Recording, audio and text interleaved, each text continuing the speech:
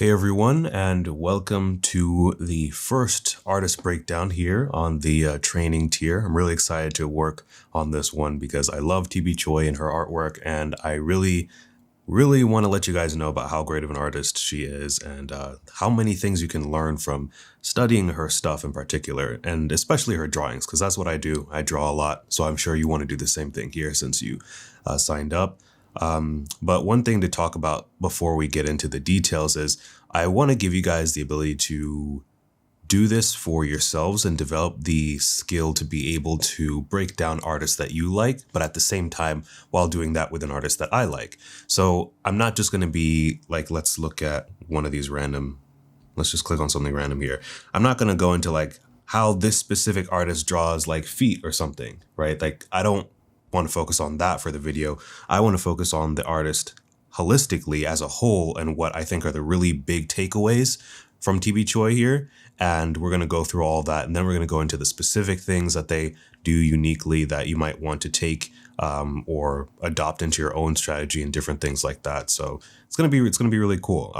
And so I guess to start off, I'll just mention who she is a little bit. She's a character concept artist, but she also does a lot of very animation stuff. Has a lot of a Disney vibe to it if you have a trained eye looking at a lot of Disney artists. So like this one, for example, she clearly does a lot of animated stuff. This feels like it was straight out of Into the Spider-Verse. If you look at the artwork for that, feels very similar to it. And she's also doing a lot of very gestural stuff at the same time. But mostly she does very sharp and clean character concept designs. So if you want to check her out, you can just check her out on ArtStation, TBchoi. She also goes by the same handle on Instagram, and she's really cool. Surprisingly, she and I are the same age, but yeah, at this skill level, that huge skill gap. So let's actually go ahead and hop into Photoshop where I have a few examples. So here in Photoshop, I have a few more examples so we can get into the specific different points that I want you guys to take away from looking at her work. What I'm going to do is basically go through and list the things that I feel like are the most important that I want to learn when I'm looking at TBchoi's work. So if I can get my brush to work here, I need to select the right layer. It's a good one to write with. All right, we need to get that smoothing down.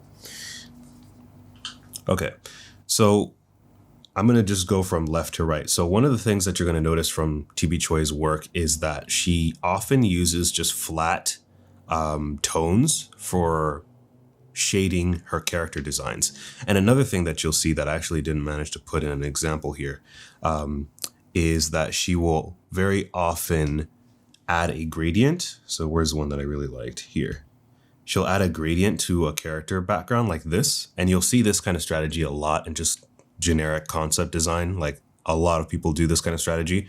But you'll see, I'll actually keep this one up because this has a lot of interesting points as well. But you'll oftentimes see a gradient like that.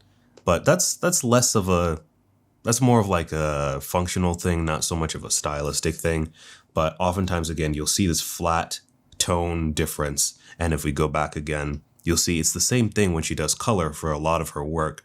It's just a few very key colors. You can see here, there's the gold, the blue, the red, and the white, and then a few different variations from those colors, but she sticks to those, right? And it's all flat.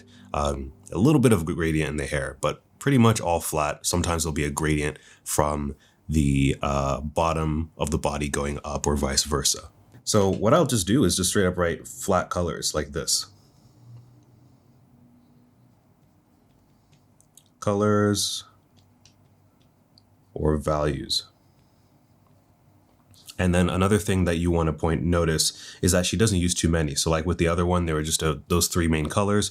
Here, what she's doing is let me actually switch to different color here.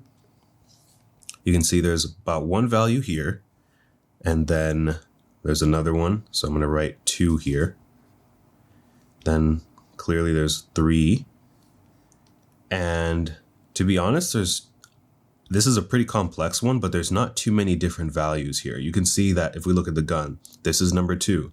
This is number 1. You can see this is slightly different from number 1, but it's really the same value. You can see this is number 1. This is 3. Skin is 3, right? Slightly different to show her lips separate from her skin. This is number 1 again. This is number 2, 2. This is closer to 1 again. So she's really only using 3 values, and she's breaking it up to show different parts of the design by using contrast. So if we zoom out, you can see at the top here, it's brighter. At the bottom, it's really dark. Here, it's like medium, right? So in addition to flat colors and value, what I'm going to write is limited palette. Let me get my black here, or just limited colors. So that's something to notice with her work. Now, if we look at this here, this is one of the reasons I really love TBchoi stuff. She gets very gestural. Like this straight up looks something very similar to a lot of Disney artists or artists that, like Glenn Keane. So I actually have here, I'm going to provide this as well once I post this video, but I have a lot of her artwork here on a PureRef file. And here are some artists that are very similar to her. And as a matter of fact, if you search TBchoi on Pinterest, a lot of these artists will come up. So there's Glenn Keane, Shiun Kim, Cassie Kuo, and Jin Kim as well. So yeah, these two are Go-Go from Big Hero 6. And Shiun Kim worked on these characters. And you can see there's a very similar feel to the gesture. But when we start looking at Glenn Keane's stuff, you can see the similarity is very, very close, especially in the faces as well. Very animated aesthetic that you're going to see continues through. And then we have Cassie Kuo here. Even the signature is pretty similar looking. And then we have, I believe, this is Jin Kim stuff. And again, you can see this clear, sharp, animated aesthetic that you're going to see here. So I'm just going to go ahead and write very gestural. I don't even know if that's a word, but you guys get it. And very loose sketches. And to get into a little bit more detail, I'll say she uses a lot of bold marks as well.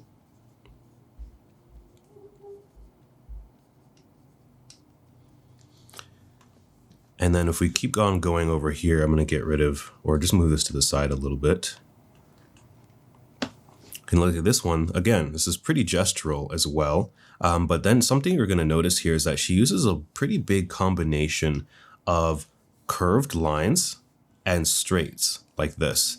So she's always using she'll simplify things into very curved lines like that. But she'll also use some pretty straight lines, and you'll see this is more evident in some other ones. So if we look at here, so you can see there's straights here, her arms especially. This is a very straight line right here, straight, but she's using big swooping curves like this. So this is way more tight than the gesture one here, but the same principles are here to pay attention to, right? So I'm going to write down curves and straights.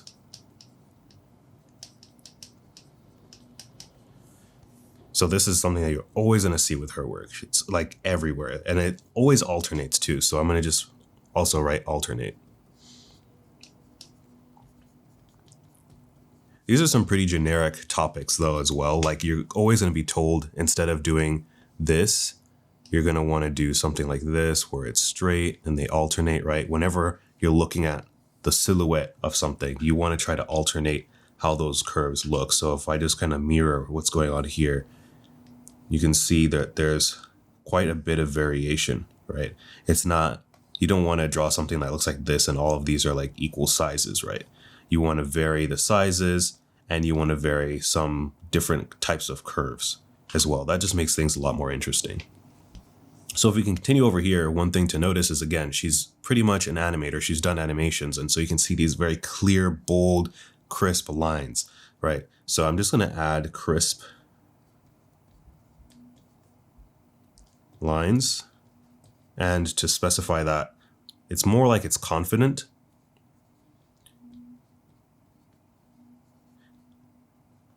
Actually, I will write confidence, because that's something that you're going to see with her work. She's always showing very large confidence with her strokes. Like you can see, this is one line right here.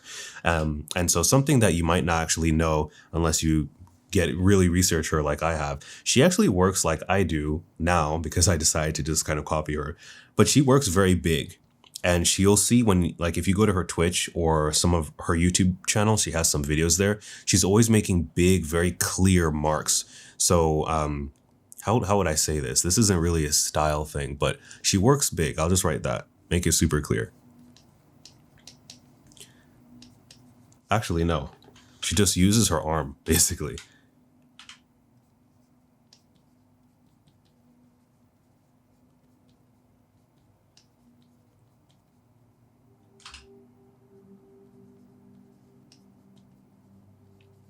So she draws with her entire arm when she's doing this. She's not going to draw this at this size, around the size of her hand. She's going to draw this really big. I guarantee you this is probably around the size she was drawing this at, where she can make these curves and continue on like that. And the other thing with the animation stuff that you want to notice here is that animators are really good at simplifying things and only showing them the necessary amount of lines to get the idea across. So you can see with this shirt here. So I'm going to say simplicity. Let's see, how will we describe the lines with that? I'm just going to write effective line work. And so this is something you should, again, like this process I'm doing, you should do for all the artists that you want to study, and take the time to find out what are the things about it that you like, that you notice separate them from other artists. And then here, again, we're starting to see this gesture come up, but it's in the pose as well. So I'm going to add contrapposto. I'm going to spell this wrong, but it's okay. I think there's 2 P's in there. But you guys will know what I mean. But you can see that there's this really nice dynamic of how she's putting a lot more weight on this leg here, and how everything's kind of bent. Her pelvis is pointing in this direction, and then her rib cage is in this one, and then her rib cage is basically pointing up here, and her pelvis is pointing up in the different direction here. It's got this nice S shape to it. But also, in addition to this, if you notice the way she shades in almost all of these, she doesn't do a lot of shading like painting, right? When she shades, she either, like, regardless of these flat values, what she'll do is she'll just use a light gray as a background, or she'll use these very intense blacks where they're basically where light would have the hardest time getting into, where there's overlap. So this is why, drawing clothes on a character can really help sell how 3D and realistic this character feels. So I'm going to do black shading, black shadow shading. And you can write these in a way that will make it easier for you to understand for your own notes. And then I'll just do grayscale shadows. If we look over here, we're seeing that same thing again, where you see there's an overall flow to this, right? And her arms coming back in an arc and then coming back this way. So this is, again, why I'm drawn to her stuff, because for me, it's pretty hard to visualize stuff. You'll notice in some of the drawings that I'll show you guys actually at some point when I show you guys the footage of some of the work I did for Figtober, you'll see sometimes I can draw figures pretty accurately, but other times it can take me forever to see things, especially when it comes to the face sometimes, and I'll always have to fix stuff. So I'm drawn to her work because you can see it's very much based off of just an overall gesture and an overall feel that she wants. You can see here, right? It's very, very clear. She has arcs that describe the main idea for what's going on, right? So I don't even have to use that many lines right here. That's just a habit. You can just see, okay, she wants her arms to go back like this. She wants the curve from her torso all the way down to her pubic area to be like that, and then her legs to come back. And that's all the gesture you really need to understand what's going on. But in addition to that, there's something that I really think is important that a lot of people don't necessarily notice, is that she's very, very, she knows a lot of her anatomy. So, like, let's just write that here. She's always exaggerating that. Like, you can see she has very clear understanding of the knees and how they work. It's very good. And it's really appealing to see that even when it's simplified like this. Like, these curves are kind of crazy. No one's knee comes out to that thin of a point, but it does. And even if you stretch that, it still looks nice, right? Your knees definitely are thinner, the thinnest part when your leg is bent like this. You definitely don't have that sharp of an angle right here, but you do have a gathering of connections or muscle connections to your femur and tibia right here. So it does bulge out a little bit. You do have a bulge here, might not be that big for a woman her size, but you do have one here for the rectus femoris right there. So everything that she does has some sort of anatomical reasoning for it. And she can go pretty detailed with it here. Like you can even see the biceps femoris coming out to meet with some of the muscles. I think maybe the soleus it's called in the lower leg.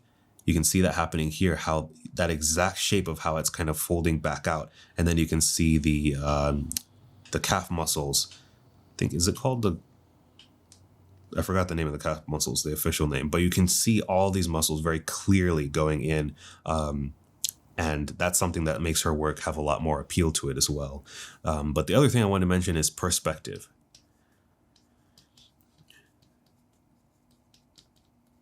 She has very, very good understanding of where everything she draws, where it is in 3D space.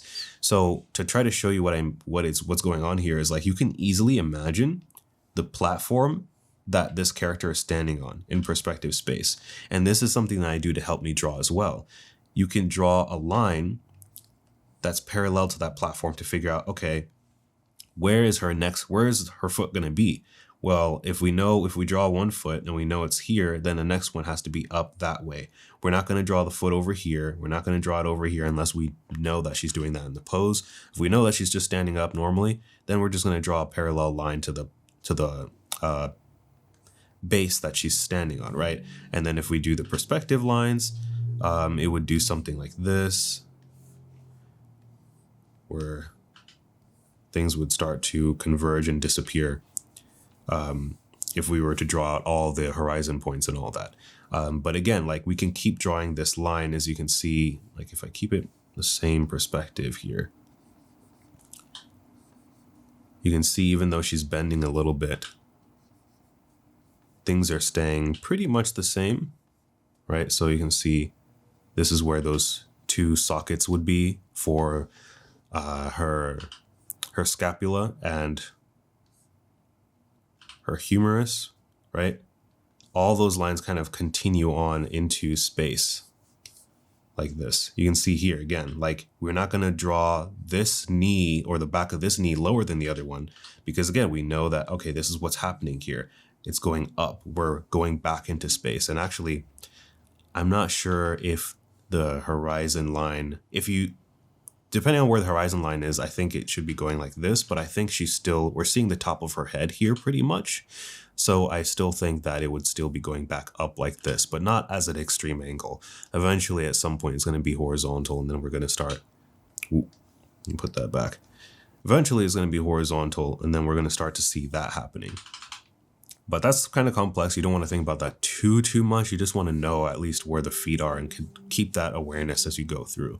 So she has a very clear understanding of perspective when she's doing everything. And again, look at like these little anatomy things. She's showing this separation, I keep forgetting the names of these things.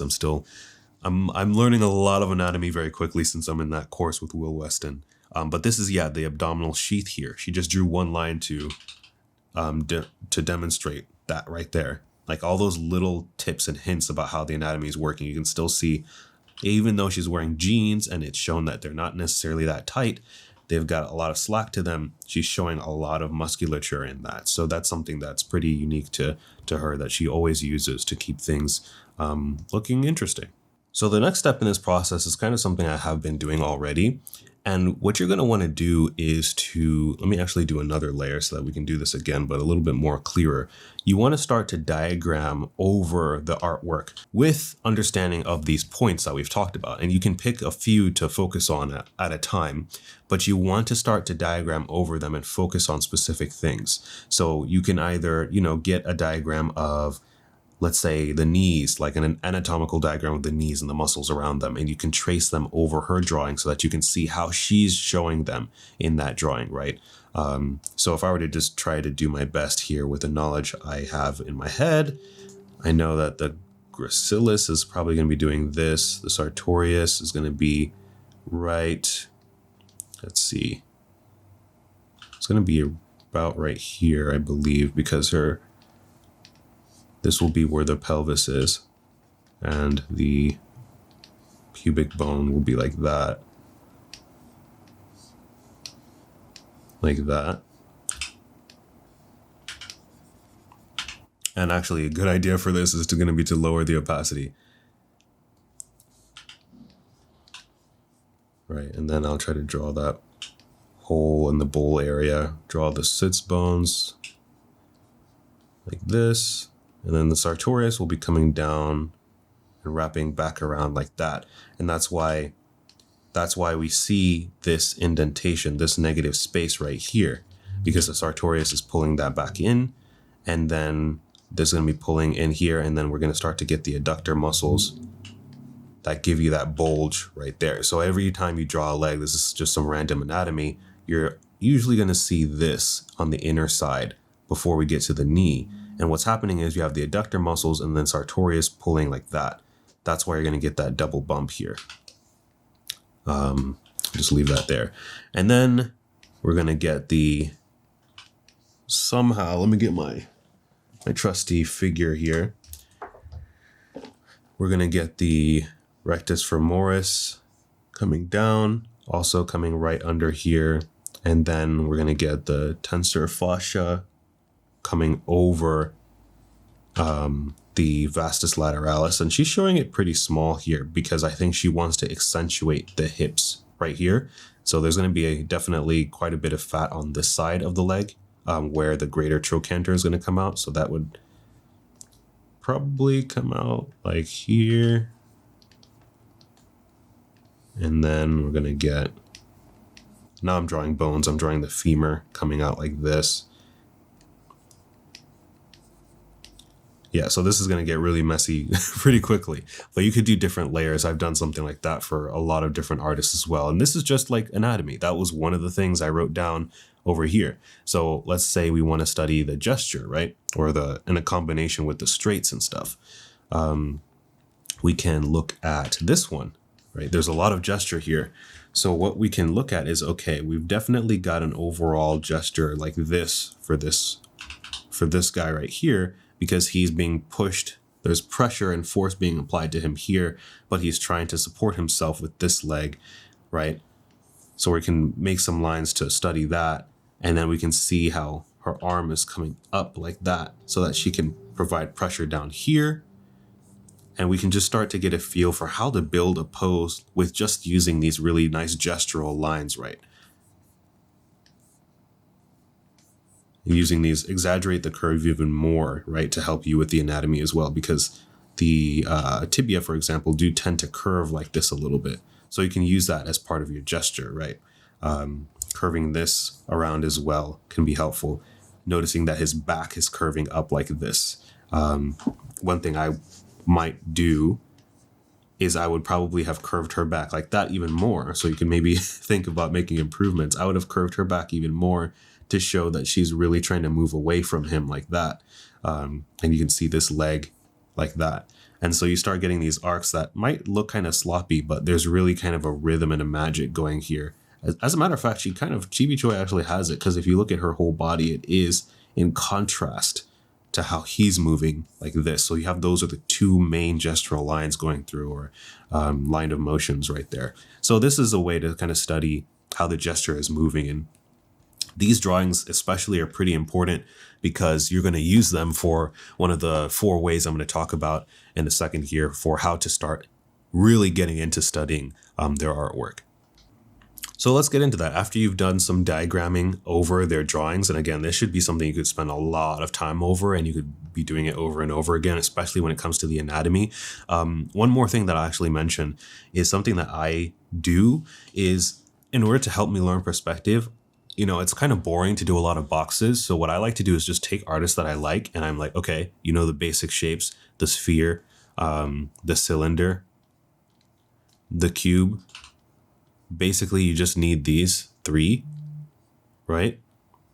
And I'm like, okay, how can I break down all of these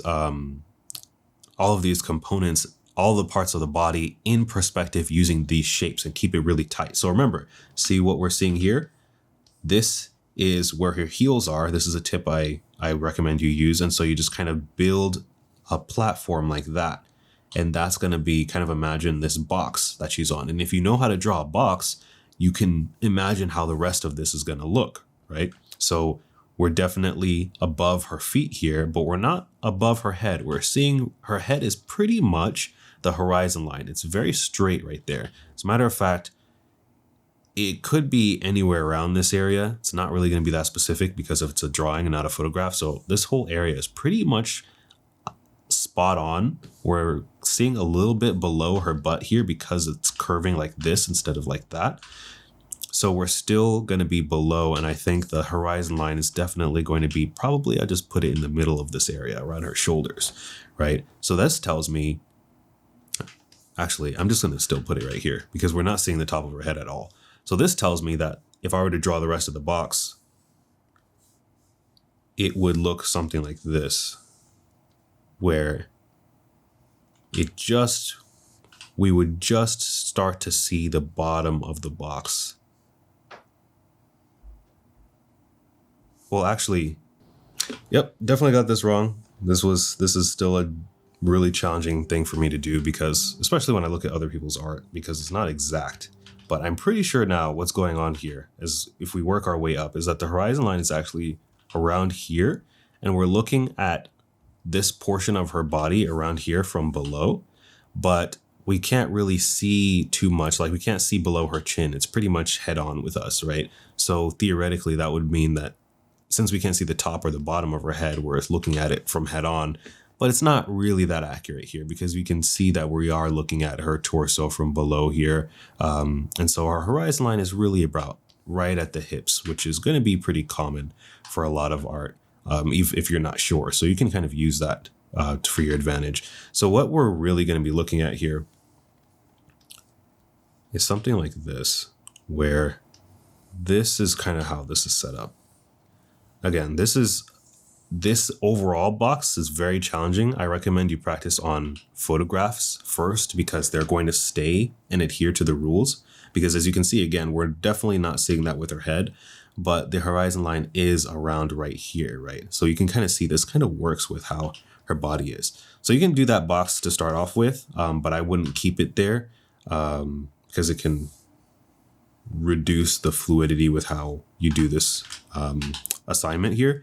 So with that, I'm going to be like, okay, now let's think about how I'm going to break down her legs into tubes, right?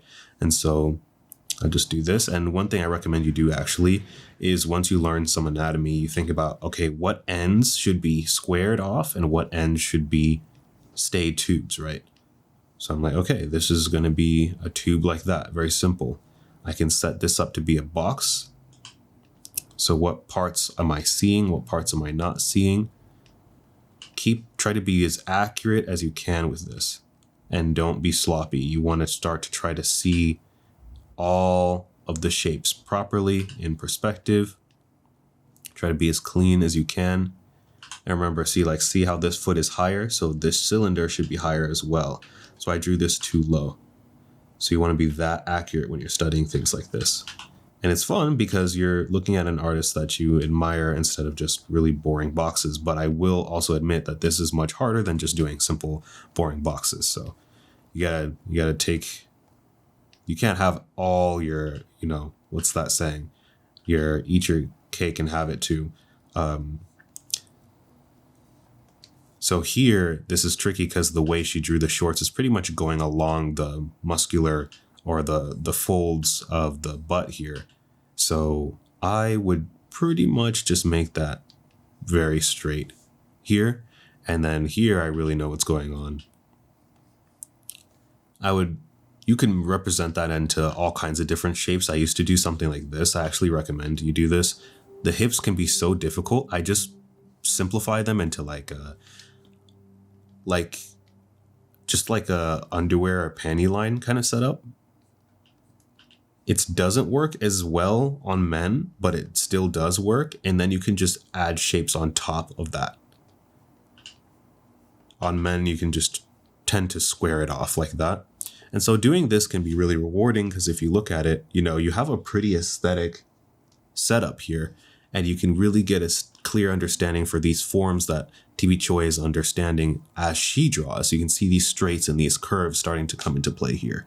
And yeah, don't be frustrated if you're trying to do this assignment. It's really challenging because, again, like I said, it's still really challenging for me to do, but it's really good. It helps you start seeing things in 3D rather than these really basic, just 2D things that aren't going to help you draw the things you want to draw.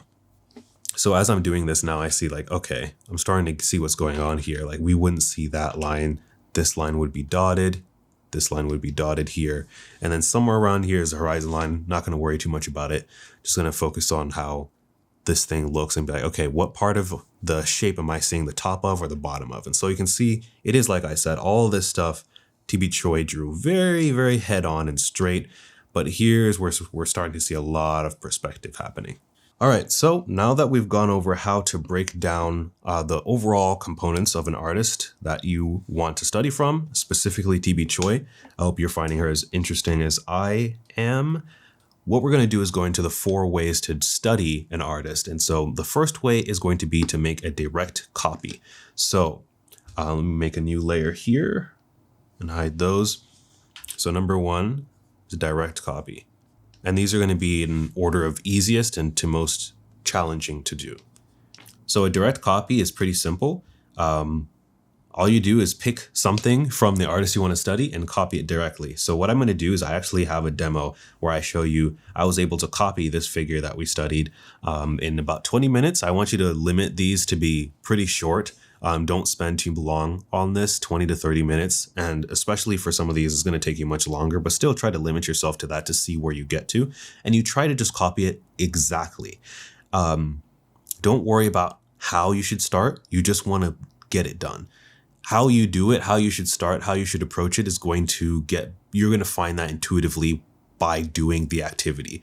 Asking somebody, it's not going to give you the answer you need. You need to do it and get a feel for it. Nobody can tell you these kind of things, right? So for me, you'll see in the video, I was kind of struggling a little bit trying to figure out the placement of things, but once I got that, it was pretty clean, and I was pretty happy with the result. So this is something that it's really great because you want to get every little thing. Like I even drew every speck here. You want to make sure you get it exactly right. So I'm going to show you the result actually. Where is it here? Nope, that's for the next one. All right, so this is the result here. And you can see it's pretty damn close. And you'll see I just had it next to it and I tried to copy it. And I tried to draw like how you see yourself drawing. So I drew it as big as I could so I could get all those lines in. And I started knowing that, okay, I want to get these things that I talked about, though. Have your list next to you of all the stuff that you want to remember and you want to study. It's going to be hard because there's a lot of things to focus on at once, but you'll get somewhere, right? So this was tough, but I was able to get those lines in there. And because it's a drawing and everything's already stylized, it's not nearly as messy as my own drawings I do when I use photo reference. You can see here I had to scale her body up a little bit more because I had her torso way too close, way too short here. But yeah, you can see every little thing here. I tried to make sure I have in my drawing. I didn't stop early. I didn't let anything go. I tried to make sure everything that she drew, I drew. And you can see I tried that again for some of the other similar artists. This one was much harder. I'm still pretty happy with the result. I had to change a lot of the proportions. You can see some remnants of that here with these little cut points because I was not visualizing that accurately.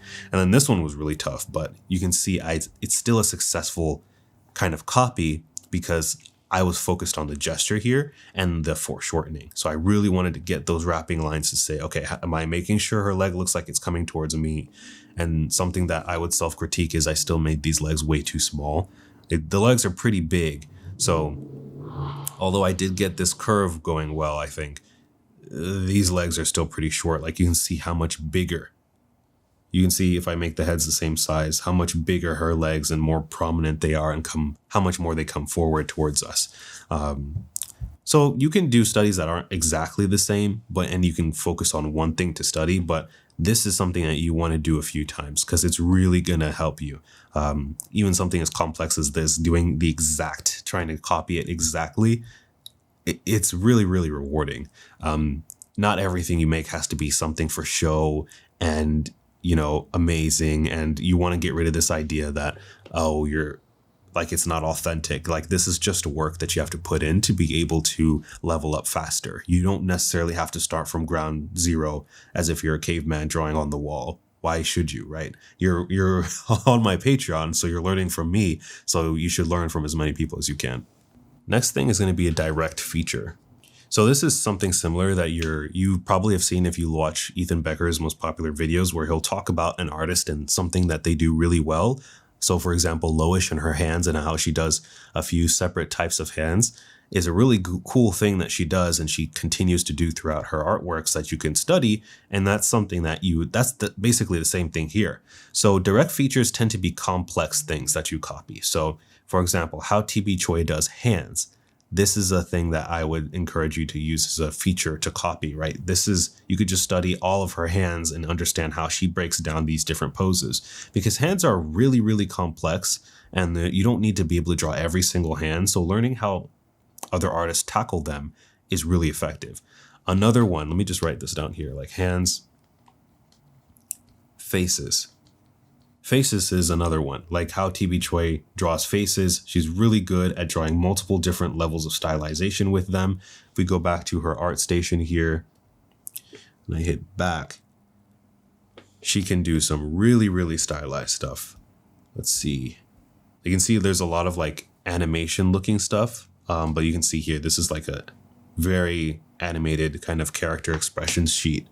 And then one of the ones I really liked, let me see here, like this one right here, very, very intense expression there. And then she just goes straight up like chibi. She might not have it on her art station, but in a lot of the diagram stuff that she does, she'll draw like little chibi characters everywhere.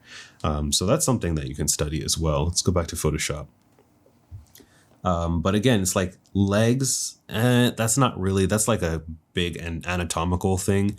You want to really focus in on specific things that an artist tends to do repeatedly and tends to do effectively, really well. So let's think here. I think how she does braids also, she tends to draw a lot of braids, and braids can be really complex. So she simplifies them pretty well. And so you could copy how she does braids a lot too. So I'll just write down braids. So this is a really good example of the things you should try to copy. Faces will be one that will take you a lot of time. And then you can go into specifics like eyes. So features, facial features within the feature. And how she does noses, you just copy all those noses that she does exactly. This is a really, really good exercise to be able to see how she breaks down different things. And then you can, on top of that, we'll go into the next step, is you take these feature studies and you look at photo references and you're like, okay, I've drawn 10 of TBchoi's noses. How do I do noses for myself when I'm looking at, how do I do her noses when I'm looking at a photo reference, right? So that's the next thing. You break down a photo. So like I said, you can do this with specific features, or what you can go ahead and do is I have these photos here that I've reduced the opacity on. So you can see here, these are a few photos that I picked that I feel like I could easily see a TBchoi version of the drawing. And if I reduce the opacity again, you can see I started drawing these breakdowns over it. So like, what are the gestural moments that I feel like TBchoi would capitalize on? So here it's like how the pelvis is tilting this way, rib cage is opposite direction. Here it would be this overall nice, very confident leaned back arc here. And this kind of shape, TBchoi would definitely capitalize on this corner that we see here. And she would show that again, but I just wanted to represent that as like this corner matters a lot more than this one because it's starting to blend down into this foot. So actually, instead of doing this, I would make this like very straight again and then settle into this curve here like that. And I feel like this is how TBchoi would approach. She would have a definitely very aggressive kind of curve like that. This would be very full of a lot of straights. This neck shape would be very straight here. I would really exaggerate this as it turns back into the foot here. And then this one, I would definitely start to map out, okay, I'm going to look at this one for comparison here. Let me make sure you guys can see it. And for this, I would start to map out, oh yeah, for sure, this is going to be very shadow heavy, just like with these shadows. So I would try to find out, okay, these are where do I want to put these shadows? And you can see here with how, like, let's study how she breaks down how clothing wraps around this area right here. You can start to study how those folds work. You can start to break down all kinds of little things and get so much more out of an artist from just one feature. And this is why I'm doing this as part of my Patreon offerings, because you can spend a month doing this and learn a lot, especially when you pick really talented artists like this. And again, I don't want you guys to feel like you're going to be stuck and you're just going to be a fraud. This is a really good thing to do, right? She's 26 and I'm 26.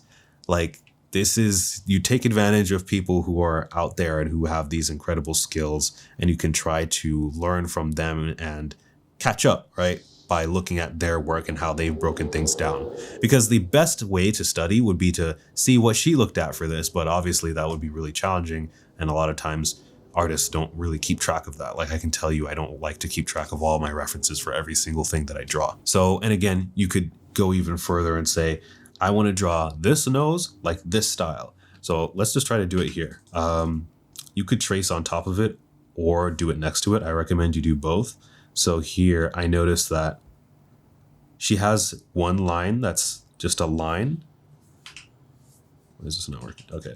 This is really low res. And then for the other nostril, she lets that be like a bigger shape with a smaller line going away from it.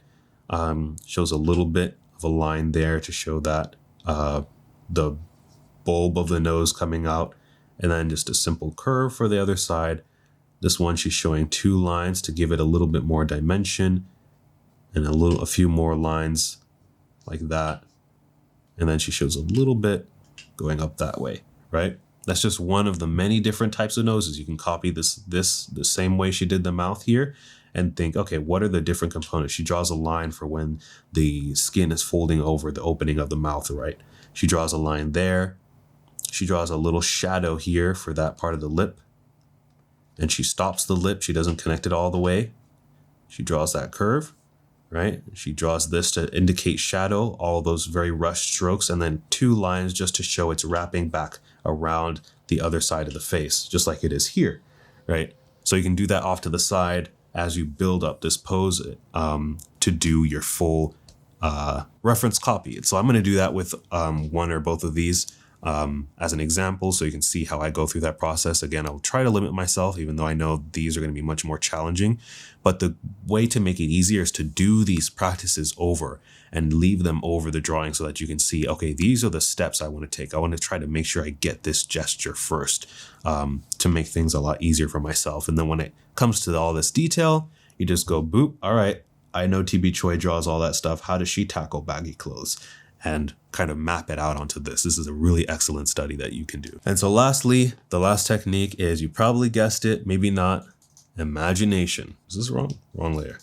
Imagination. This is when you just, no photo, you have an idea that you want to draw. I'm not going to be doing that demo here because when I draw from imagination, it takes me forever. I'm still always fixing and changing things. I have some examples of that that I will show you this month. I've already filmed some imaginative drawing when I did, what was it? The last two, actually. The last Figtober thing I did for swimming was completely imaginative, well, almost completely. And then the Kill la Kill thing was very imaginative. And so you'll see it takes me forever to do that, so I'm not going to record that. That'll be like 3-4 hours of footage just for a simple drawing. But you want to do that too. You want to say, okay, I have an idea of a character I want to draw, and I'm going to look at TBchoi's artwork for inspiration for how to draw it, but I'm going to draw my own thing, come up with the clothing, the pose, the character, myself. And then you look at TBchoi to kind of figure out how to bring that style over, bring those specific things that we mentioned in the beginning, all these different notes, have these notes handy, and you're going to make sure to try to incorporate that into your drawing. So that's a really great exercise, very challenging, but it can be very, very rewarding. And this is the type of thing, that you can post confidently and be like, yeah, this is a study of TBchoi stuff. Like, I'm trying to learn from her. And this level of practice is the thing that you can study, and people, can learn from it as well. But these things, especially the direct copy, you probably don't want to necessarily post. I think I think the photo breakdown too can be helpful as well, as long as you pick photos that are pretty meaningful to you. And then you can sometimes start to bridge steps 3 and 4 together by moving different body parts around. So that's going to be it for this breakdown. I hope this was very helpful for you. This was this was also very helpful for me, honestly, to be able to do this really quickly. Again, I've already done the copy direct kind of video. I'm going to voice over that to tell you what I was thinking about. I'm going to do the same thing with the photo breakdown, and then you guys should do all of the other stuff. And so as for homework, I am going to give you guys that in the end of the breakdown photo video. It's just going to be basically to do all 4 examples of these steps. So doing a direct copy, doing some features, but I'll have some numbers of what you should try to do, and then breaking down the photo as well, and then doing something from imagination if you feel ready for that. So again, thank you all so much for supporting me this month. Please feel free to let me know anything, questions, any advice or suggestions to make the next breakdown or tutorial a lot better for you guys. This is the first one, so I'm really looking forward to being able to make it more streamlined and effective. And I will see you all in the next one. Thanks so much for supporting me again. Take care, keep drawing, and stay positive. Peace. Which way should I do it? This way? Peace. I think that's good, right?